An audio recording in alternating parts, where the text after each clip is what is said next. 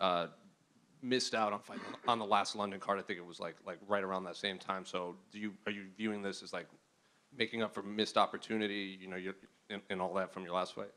Yeah, it's nice to be local again. Not have to go to New York or Vegas. Nice little 3-hour drive, and we're here. So yeah, I feel like if I could have picked between this one and the last one, I'd have picked this one anyway. Big pay-per-view card, massive main event, massive co-main. So I think a lot more eyes will be on this one. And yeah, it's good to be back in London. In your leading into the last fight, I feel like that was a lot of the questions, like why are you not fighting on London? You know, undefeated guy, like fighting a high-ranked opponent. Coming off of that, is it almost freeing that now you don't have to answer all these questions? Like, are you the future of this country? Like, why aren't you fighting in London? Now you just get to focus on this fight and who you're fighting. Yeah, exactly that. You know, it's nice to be undefeated and all that, but the pressure does amount a little bit. It feels like I've got a bit of a monkey off my back, and I can go out there now and just focus on this fight. And I know what it's like to lose. I know I've experienced it. I've felt the heartbreak and all that of it, but you know, life goes on, and it's nice to be able to just focus on this fight now and go out there and get after it. Sean Brady said something similar when he was going into his Bilal Muhammad fight, that like the thoughts of like title shots and the O in their record, like it didn't weigh on it. He didn't realize how much it weighed on him until the fight was over. Did it, in hindsight, was it in the back of your mind a lot, this undefeated record? Yeah, I think so. It's kind of like all anyone wants to talk about when you're undefeated is what's next. Where do you win this fight?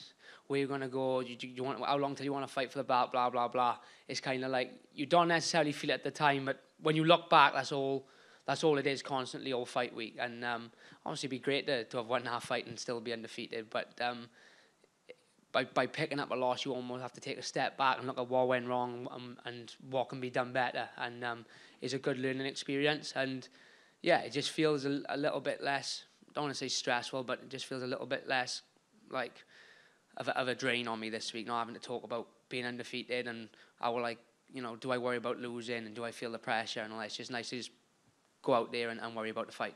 You're obviously fighting Makwan, a guy who at one point he was the undefeated guy coming up, and now he's not lost a bunch in a row lately, but he's like, I think, like 4 or 5. So what are you expecting from him when you guys lock up on Saturday? I expect him to bring what he always brings. You know, if you let him in the fight and give him an opportunity, he'll take it and put you away. He's a dangerous guy in areas. But I just expect myself, as long as I go out there and perform how I know I can, to kind of outclass him in all areas. You know, I'm not underestimating. I know he's coming off a loss, but you know, I've seen him be 2 rounds down and pull out the choke and out of nowhere. That's his go-to, and if he gets it, he'll take it with both hands, literally. So I know what he brings to the table, but I'm confident that I can neutralize him. Well, kind of going off of that, his submission skills, obviously he comes from, like, he has a wrestling and submission background. You have a lot of submissions yourself. Historically in the past, when you get to submission artists fighting, it can kind of turn into a striking matchup. So how would you rate your striking compared to him, even though, because he does have that amateur background? Yeah, I mean, I think he's got a decent little boxing style on the feet, but I think in terms of, you know, variety of tools, I think I kind of outmatch him there. I think I'm a lot more well-rounded in terms of striking IQ. I've been boxing and kickboxing since 6 years of age. I don't necessarily show it all the time, but I'm well-versed on the feet. I've got really good Thai and boxing coaches, and I think if it turns into a pure striking match, then I win that one every day. But I don't expect it to. I do expect him to shoot and try and wrestle me. And last one for me, how do you see the main event playing out between Leon and Kamaru? Yeah, I think I obviously got to back Leon. This card wouldn't be happening if Leon didn't do what he did in August. But I think it'd be a close fight. I don't think it'd be as one-sided as the last one in terms of Usman dominating, but I think it'll be a close fight. It'll be down to the wire, but I'm confident Leon will pull it out. Just over here. You're coming into this week, obviously a lot heavier than you have before. You're calling me fat? No, not of course. What was the decision behind the move to featherweight? The last probably 3 or 4 weight cuts have been really tough, really tight. I mean, there's no secret. I always look like death warmed up on the scale. And my old man and my other coaches have probably been at me for about 12, 18 months to consider the move. And it's easy to forget about a tough weight cut when you're winning all the time. And I think the fact that I lost, I felt like I don't want to blame the loss on the weight cut because that'd be unfair to my opponent, but I felt like I didn't carry into what I do in the gym into the cage. So I went up and got a DEXA scan, a BMR scan, a bone density scan, and they kind of looked at me stupid as if to say, you keep cutting all this weight, something's going to go wrong. And I feel like I've said this about 100 times, but if something happens in the cage, I know what I signed up for. But if something drastic happens in the bath or in the sauna beforehand, then that's not what I signed up for. And, I just thought, let's give it a go. I didn't want to kind of jump into it and just be like, right, I'll just go up a weight and not cut any weight. I wanted to do it properly. Spent a good 4 months before Christmas, putting on some lean mass and some muscle, and then really dialed in my S&C and my nutrition the last 10 weeks with Paul Reed to make sure that I'm going in here as a legit featherweight then, not a blown up bantamweight. Yeah, and how do you think, not having to cut all that weight, how do you think that's going to impact your performance? I just think I'll be able to perform in there on the night how I do in the gym. I'll still be cutting a little bit of weight. It's not like I'm walking around 146 now. I'm still going to have a water cut. I'm still going to be able to put on a little bit of weight going into the fight. But I just feel like I'll be much more energized. I feel like the weight cut, especially like if I look back at my fight last March, I won that third round on just guts and determination. I had no feeling in my arms, in my legs, and my coach still tell I can do 10 5-minute rounds if I go in the gym. It's not an issue. So to be that tired at the end of a 3-round fight is a weird feeling, and I just think my engine at this weight, I'll be able to go at the pace all day, and I think that'll obviously just be another tool to add to my basket. What do you make of the featherweight division? It's equally as stacked as bantamweight. I think there's not an easy fight. Even the guys outside of the rankings, just below, they all got capabilities of going on and being top contenders. And then you look at the top 15, just like a bantamweight, it's full of sharks and full of killers and no easy fights. But that's what the UFC is.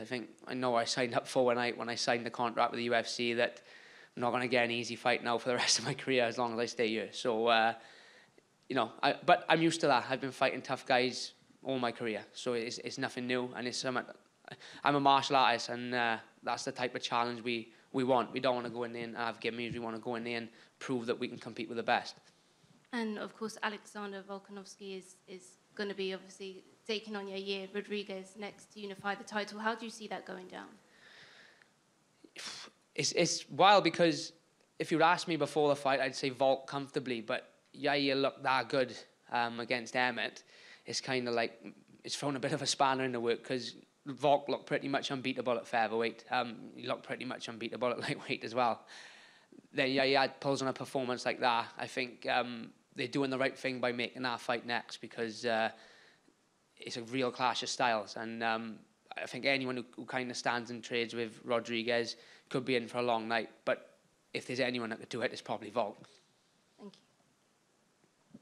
Gotcha. On the lead up to this fight, obviously you've been able to focus more on improving on things that you might think you have to improve on instead of cutting weight.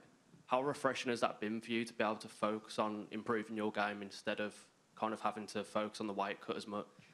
Yeah, it's been probably the best. Well, it's been the best camp I've had in a long time.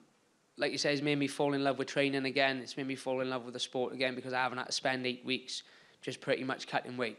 I've been able to focus on my skills, getting sharp, technical work, focusing on what my opponent's going to bring to the table, where sometimes I had to scrap a few of those sessions to jump on the runner and the bike and cut weight. So it's been nice, and I've thoroughly enjoyed this camp, which is not something I can always say down at bantamweight. Jack, over here. I just wanted to ask about the process of changing weight with the UFC. Is that something that's simple to do? Yeah, pretty much. Text my manager, Graham, said, can you let him know I'm going to featherweight? And that was that pretty much. It didn't you know more off. It was, I think the UFC are kind of all for guys, not cutting massive amount of weights and going in there alpha. I think the alpha you go in, the better fight that you're going to have and the better you're going to perform. So there was no pushback or nothing like that. It was just a case of let them know I'm going up a weight. And just secondly, I wanted to ask about you're built up. So you built into a ranking at bantamweight and you've got all this credit behind you. Moving up to featherweight, do you feel like you still have a lot of that good stead with you, or does it sort of feel like you're going to have to sort of prove yourself again in the new division? I think people will obviously look at me as being a ranked bantamweight and think he's obviously legit to get that ranking, but at the same time, I have kind of got to start again, and it is a different weight class against different guys, who pose different threats. So I have got I've kind of got to start all over, but I got no problem doing that. I think a good win Saturday anyway. Mark Man's beat some good level guys. Been in there with some good level guys. So if I can get a good win there, then I think it'll kind of fast track me up a little bit. Jack, hi mate. Featherweight's populated with a lot of UK talent now. We saw Nathaniel Wood and Larone's fight unfortunately fall through. Are you happy to fight other UK fighters, or would you rather fight fighters from outside Great Britain? I'm happy to fight anyone, anywhere, as long as I got a couple of weeks' notice to let the missus know that I'm going to be gone for a week. So yeah, anyone. I mean, look, I don't like to pick and choose fights. It's kind of like I've never ever gone to UFC and been like, I don't like that fight, can we have someone else? It's kind of, you tell me when I'm fighting, tell me when I'm fighting them, and I'll sign the contract and be there. And has the darts scandal affected you mentally this week? Listen, I will not have my name tarnished. It was a legit win, and we'll get to the bottom of it next week, let me tell you. Thanks, mate.